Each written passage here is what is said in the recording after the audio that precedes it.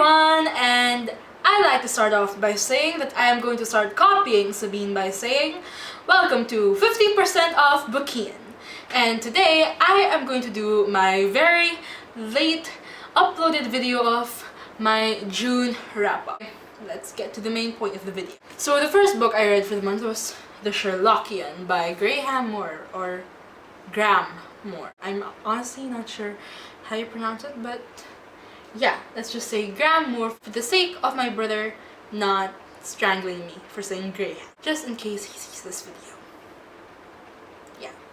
So I got this book on a whim while I wasn't fully booked, and it was a bit of a disappointment. Basically, it's about this guy named Harold White. Basically, this story focuses on the point of views of this Sherlockian in modern times of 2010 named Harold White, and the other point of view goes to Sir Arthur Conan Doyle, who we all know is the famous author of everybody's, or at least most people's, favorite fictional detective, though I would like to think that he's not fictional, Sherlock Holmes. And just say I am really excited about season 4 of Sherlockian. In this book, Doyle stopped Sherlock Holmes just cause he was tired of everybody pointing out Sherlock Holmes to him. When people asked for his autograph, they would ask him to sign Sherlock Holmes instead of his actual name, which I get why he was hurt by it, and I kind of understand why he would have wanted to stop writing it, but yeah. And basically, he had this diary where he wrote basically everything, and these crazy Sherlockians, well, not really crazy, but more of these fanatical Sherlockians, if I use that word correctly. Basically, Harold White was on the hunt for the missing diary, and found it, yes, but yeah. See, honestly, this book was such a disappointment. I honestly don't even remember what happened in the end anymore. And yeah, that's basically it. Next book is one of my favorites, Eldest by Christopher Paolini. I loved it. I read Aragon last May. If you've seen my May wrap-up video, I think you'd have seen that. And luckily for me, my TBR jar was being kind and generous because I really wanted to read it, but I did not want to go against my rule of going by the TBR jar. Or TBR case, because it's not really a jar. I read it while listening to the audiobook as well, and I actually liked the audiobook. I can't remember who was the reader, but he was really good. But I hated it whenever it was Sophia talking. He would do this kind of raspy voice like, I'm Sophia. Well, not really like that, but you get the point. Like, it was so raspy and throaty, and I just hated it. I cringed every time he spoke that way. I think it was about 2 days ago when I watched the Aragon movie, and Sophia was speaking normally.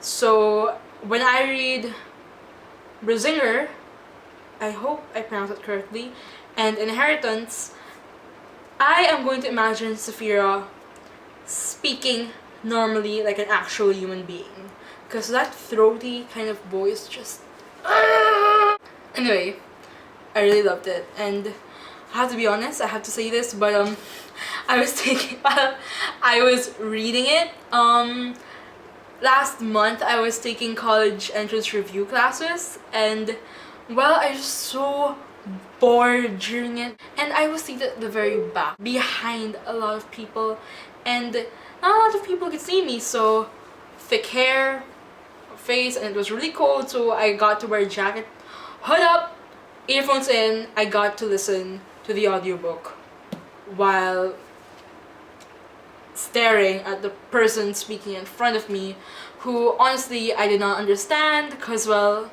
the class was just that boring. And that is probably going to bite me in the butt one day, but right now I really don't give a flying banana. Also, want dragons to be real. Dragons have a right to be real. Dragons should be real. They should be counted as real animals. And they say that over 90% of the ocean is still undiscovered. And if people discovered piranhas,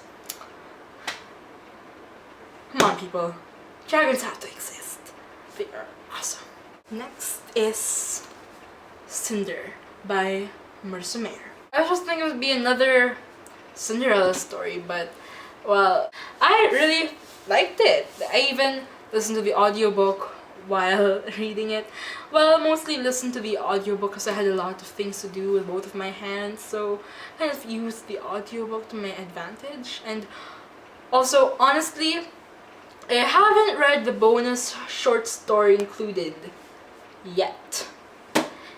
And also I am on the manhunt for Scarlet. I have to say my favorite character would be, of course, Cinder. I have to admit, I have this thing where my favorite character is, for some reason, automatically the main character. And it's not always like that in every book, but every time someone asks me who my favorite character is, I automatically say the main character. At least most of the time. But yeah. And it's actually a really good book. Like, I didn't expect her to be that imperfect. I mean, but you have to think in this book, if she were a normal person, if she were a normal human being, if she weren't some type of robot, would she have been mistreated still? Or would she have been given a proper home, perhaps? Like, I don't know.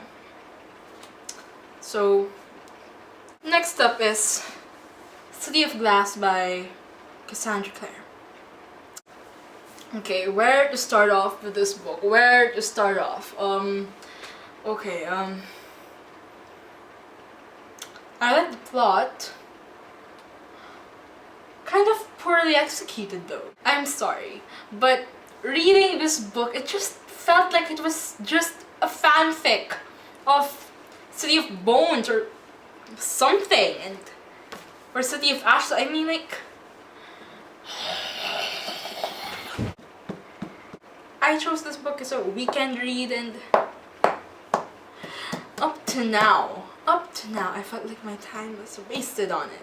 It was just that bad for me. I'm sorry. I took people's advice to continue reading it, and I don't know, I guess it was the 13-year-old girl inside of me who drove me to go to the bookstore and buy City of Glass, and yeah, hopefully got better in City of Fallen Angels, and I'm willing to give this series another chance. Next, we have Why We Broke Up. I really liked it. I really like letter format books. Dang, this book is heavy. The mind of a teenage girl, but at the same time she wasn't your stereotypical teenage girl.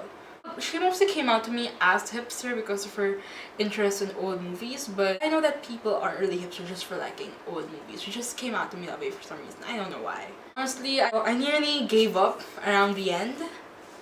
Cause like, I don't know, she just got annoying for me. It's like that girl from that show, what is it, Awkward? I think her name's Jenna.